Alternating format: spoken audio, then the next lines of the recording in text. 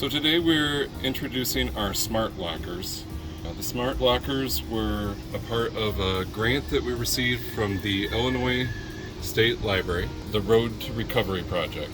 And it was a project that looked at how can we get materials to patrons in a situation like we found ourselves in a couple years back with the COVID pandemic. And so while this is set up for an opportunity for you to get your materials when we're not open, it's also here for you if for some reason you're like me and you choose not to come into the library, you don't want to interact with somebody during the day, you can select the lockers as a pickup location.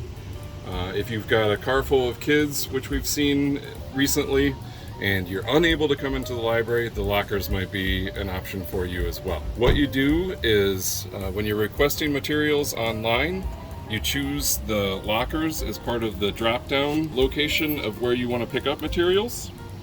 If you call into the library and want to tell them when you're requesting materials that you want to pick it up at the locker, they can select that option for you. Or if the materials are already here but you've decided that day that you just don't feel like coming into the library, give us a call and we can switch the location and have the lockers available to you. Once you have selected that and we have received the materials and put the items in the locker for you to retrieve, you will get an email or a text, or possibly both. In the email and text, you'll have both a QR code that you can scan at this screen, or a digit that you can punch in manually if you prefer that. When you get to this screen, select Patron. Scan your QR code or enter your 5-digit PIN. And then the computer on the lockers pretty much walks you through the rest of the process.